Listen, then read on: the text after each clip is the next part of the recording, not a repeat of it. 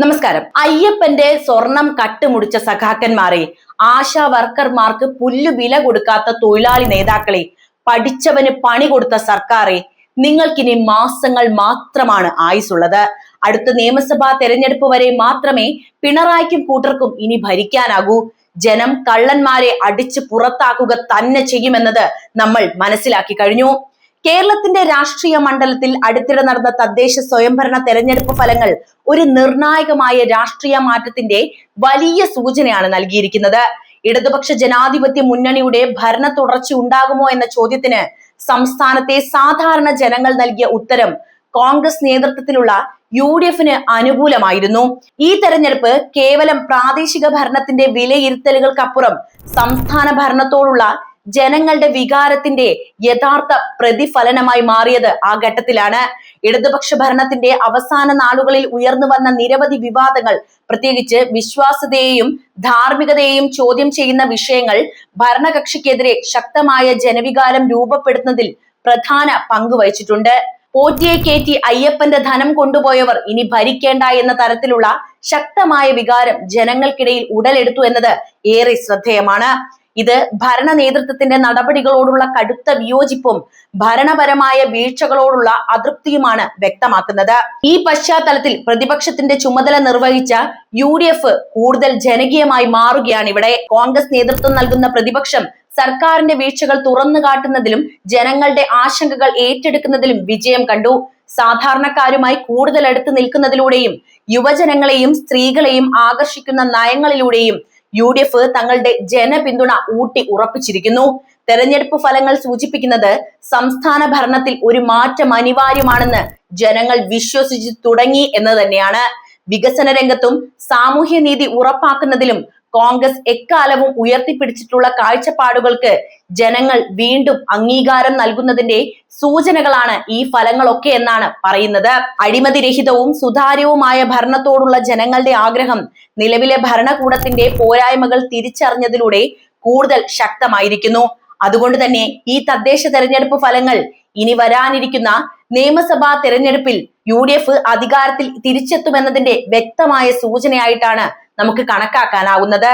ജനങ്ങളുടെ വികാരത്തിനൊപ്പം നിന്ന് അവരെ ഭയപ്പാടില്ലാതെ മുന്നോട്ട് നയിക്കാനുള്ള കരുത്ത് UDF-നുണ്ട് എന്ന് ഈ ഫലങ്ങൾ അടിവരയിട്ട് പറയുകയാണ്.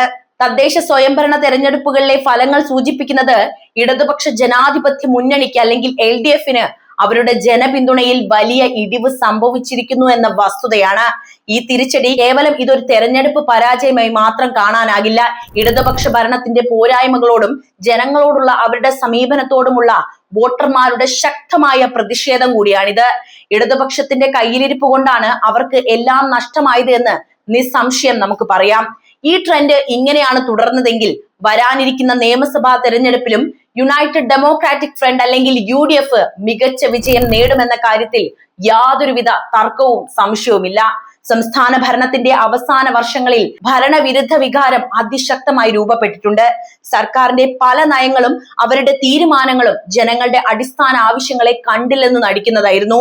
സാമ്പത്തിക പ്രതിസന്ധി കൈകാര്യം ചെയ്യുന്നതിലെ കെടുകാര്യസ്ഥത, തൊഴിലില്ലായ്മ വർദ്ധിക്കുന്നത് കണ്ടില്ലെന്ന് നടിക്കൽ, പൊതുമേഖലാ സ്ഥാപനങ്ങളെ സംരക്ഷിക്കുന്നതിനുള്ള പരാജയം തുടങ്ങിയ നിരവധി കാരണങ്ങൾ ഇടതുപക്ഷത്തിന് ഇപ്പോൾ ജനവികാരം എതിരാക്കാൻ സഹായിച്ചിട്ടുണ്ട്.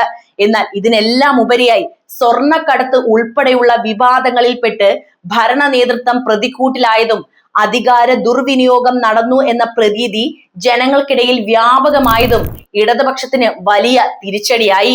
രാഷ്ട്രീയ ലാഭത്തിനു വേണ്ടി മത സാമുദായിക വിഷയങ്ങളിൽ സർക്കാർ സ്വീകരിച്ച അവ്യക്തവും ഏകപക്ഷീയവുമായ നിലപാടുകൾ പരമ്പരാഗതമായി LDF-നെ പിന്തുണച്ചിരുന്ന വലിയൊരു വിഭാഗം വോട്ടർമാരെ പോലും അകറ്റി നിർത്തിയിരിക്കുകയാണ് ഈ ഘട്ടത്തിൽ. ഈ സാഹചര്യത്തിൽ UDF ഒരു ശക്തമായ ബദലായി ഉയർന്നു വന്നിരിക്കുന്നു. പ്രതിപക്ഷം എന്ന നിലയിൽ സർക്കാരിന്റെ വീഴ്ചകളും അഴിമതികളും ജനങ്ങളുടെ മുന്നിൽ കൊണ്ടുവരുന്നതിൽ UDF കൃത്യമായി വിജയിച്ചിട്ടുണ്ട്. തദ്ദേശ തെരഞ്ഞെടുപ്പുകളിലെ പ്രകടനം സൂചിപ്പിക്കുന്നത് പ്രകാരം വിവിധ സമുദായങ്ങൾക്കും ജനവിഭാഗങ്ങൾക്കുമിടയിൽ UDF വീണ്ടും സ്വീകാര്യത നേടിക്കൊണ്ടിരിക്കുന്നു എന്ന വസ്തുതയാണ്. കോൺഗ്രസ് നേതൃത്വവും ഘടക കക്ഷികളും തമ്മിലുള്ള ശക്തമായ ഐക്യം, ജനകീയ വിഷയങ്ങൾ ഏറ്റെടുത്ത് നടത്തിയ പോരാട്ടങ്ങൾ എന്നിവ UDF-ന്റെ വിജയത്തിന് നിർണായക ഘടകങ്ങളായിരിക്കുന്നു. വരാനിരിക്കുന്ന നിയമസഭാ തെരഞ്ഞെടുപ്പിൽ LDF-ന്റെ ഭരണ തുടർച്ച എന്ന സാധ്യത ഏറെക്കുറെ ഇല്ലാതായി കഴിഞ്ഞു എന്നത് അടിവരയിടുന്നത് ഇവിടെയാണ്. ഭരണകൂടത്തിനെതിരെ ജനങ്ങൾക്കിടയിലുള്ള അതൃപ്തി അതിശക്തമാണ്. ഈ അതൃപ്തിയെ വോട്ടാക്കി മാറ്റാനുള്ള കഴിവ് UDF-നുണ്ട് താനും.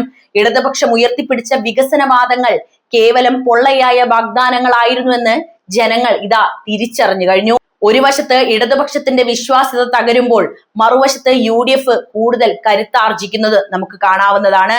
ജനവിരുദ്ധ നയങ്ങൾക്കും കെടുകാര്യസ്ഥതയ്ക്കുമുള്ള മറുപടി വരാനിരിക്കുന്ന നിയമസഭാ തെരഞ്ഞെടുപ്പിൽ UDF തൂത്തുവാരുമ്പോൾ കേരളം നൽകുക തന്നെ ചെയ്യും. UDF അധികാരത്തിൽ തിരിച്ചെത്തുന്നത് കേരള രാഷ്ട്രീയത്തിന് പുതിയ ഊർജം നൽകുകയും ജനാധിപത്യപരമായ ഭരണ സംവിധാനത്തിന് കൂടുതൽ ശക്തി പകരുകയും ചെയ്യും.